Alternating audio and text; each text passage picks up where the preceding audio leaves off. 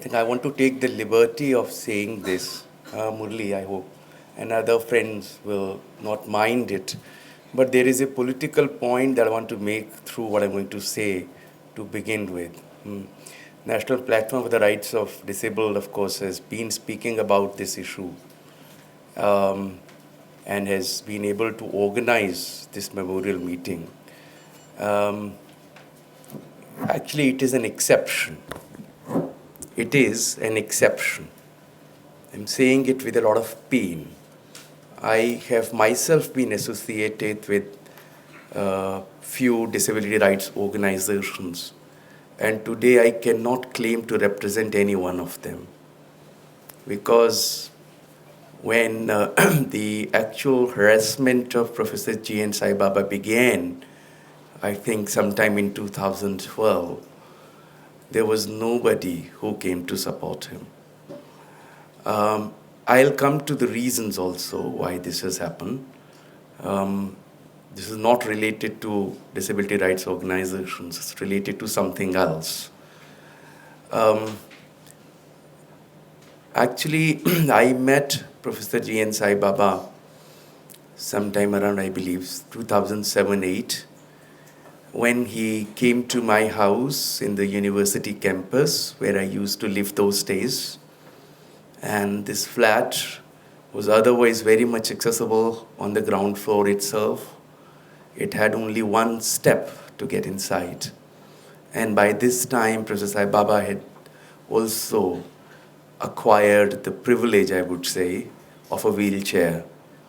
But when he came to my house, I immediately realized how much inaccessible it is. Because even for that one step, we had to literally lift the wheelchair. And I also remember that when what President Nandita said, this issue came that he was actually finding nobody in the neighborhood of the college who is even allowing him to get little alterations done, say a ramp made in a house that he would like to acquire on rent. And he went to the extent of saying, that's what he told me, that I will spend the money on alteration from my own pocket, but I want an accessible house, which was not becoming available. So then he wrote to the University of Delhi, and I remember I've been saying this elsewhere as well. Those days, I hope, I'm sorry, I could have gone in Hindi also. Is this fine or should I? Yeah? Bilingual? I'm sorry. Okay. So I'm sorry, it's very emotional matter, so I'll see whatever I can do. Huh? So this issue came to the university, and I remember those days the Equal Opportunity Cell of the Delhi University was a newly founded, very vibrant body, and Professor Agnihotri was a chairperson. When this issue came, so we discussed, and because I had already spoken with Sai, so I told the problem. And then Professor Pentel agreed to give him the accommodation, which is the thing otherwise new. A lot of people with all kinds of temporary problems keep getting it. But very few people remember what had happened subsequently. Even before the raids, Nandita would recall, before the raids, the Delhi University decided to get the house vacated from Professor N Saibaba. The university started shooting repeated notices for rent recovery, etc., etc.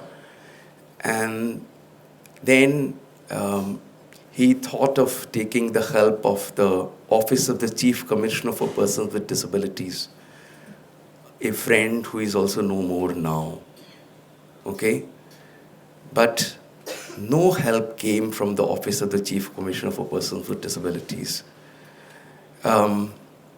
Partly because, unfortunately till date, and I'm making this as an issue, the Chief Commissioner of Persons with Disabilities, even though has quasi judicial powers is not autonomous of the government of India.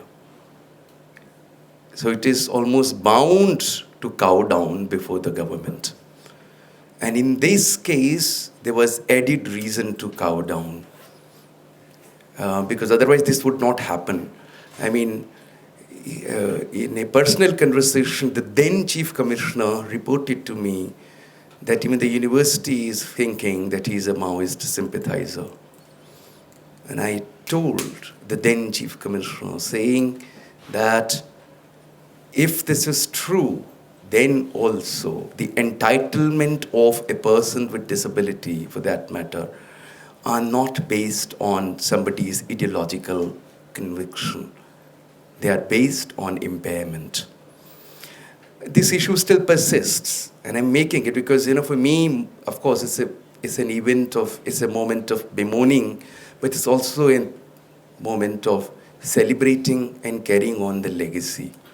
So I really think that where do we go? The university, who is otherwise an autonomous body, did not come to rescue one of its own brightest intellectual teacher. And the commissioner's office, who is supposed to protect the rights of disabled, did not come to rescue. And the result is the institutional murder of Professor N Saibaba. Because the demand was that the hearings could be done by putting him in appropriate environment in Delhi somewhere. That plea was not accepted. I really wonder what was so extraordinary that Professor Sai was demanding there. Something that he wanted to ask there in Nagpur could have been also done in Delhi. But even that simplest plea was ignored. And as I said, neither the university supported him because it already started coercing Professor Saibaba by asking him to vacate the house that was provided to him without ensuring any alternative arrangement, even though there are enough laws that say that a person with disability should be provided accommodation within a radius of 3 kilometers, etc., etc. Not just this. Usually, the procedure is that if somebody is accused, the institutions at best suspend him. But in this case, the Ramlal Anand College, RMLA, was quick to, terminate him. Fine. They did not even reinstate him when he got acquittal from the judiciary. They waited perhaps to die him. Because if they would have reinstated him, his family, even after his death, would have got the benefit of his service tenure, something on which my friend Basanta would have survived. It's a question of livelihood of someone who loved the humanity. Because for me, if we have to understand the life trajectory and the personality of Professor Saibaba, then there are only two poetics. The poetics of love and the poetics of struggle. He did struggle throughout his life as an exemplary figure. True, he did fight for the rights of disabled, not as much as maybe many others have done by advocacy, but through his own example. Somebody having severe disability, not caring for one's own interests alone, coming from southern state to North India, again, a situation that puts you already in a very difficult situation. And then with his partner taking up this whole issue of oppression, oppression of marginalized people. So, yes. So, anyway, that love for humanity he had. And for this, he struggled. So I remember meeting him also at Samajik Nyay Morcha organized rallies where Professor Hani Babu was also with him. Somebody who is again incarcerated by the state, an activist of the social justice question. I remember the way they took in a very vigorous manner the whole question of the SC/ST OBC reservation and disability reservation in Delhi University in those days. I have, of course, a lot more to say about my last interactions when I met Sai when he got acquitted and came back to Delhi. And I remember the way, after briefly talking about his restatement, he started talking about the larger questions of social transformation. But what I want to end with, again, is something I think that's very, very important. The political forces, the socially dominant groups are interested in stalemate. They're interested in status quo. They're interested in making this highly iniquitous social order. They don't want to change it. I think the fear that they had about Sai was that here you have somebody who is the most marginalized,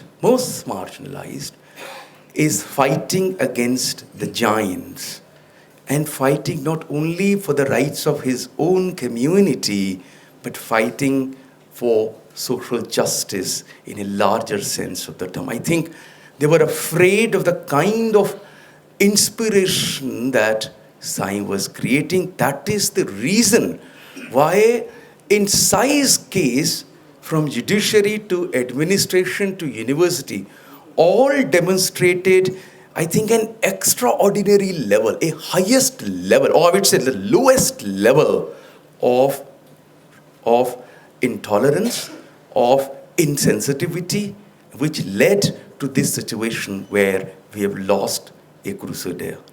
I pay my tribute to all those who fought with Sai, who are continuing this struggle, and I especially pay my tribute to Vasanta and Manjira, who have stood with him during all these difficulties and who have participated in all social justice struggles and hopefully will continue the baton. Thank you.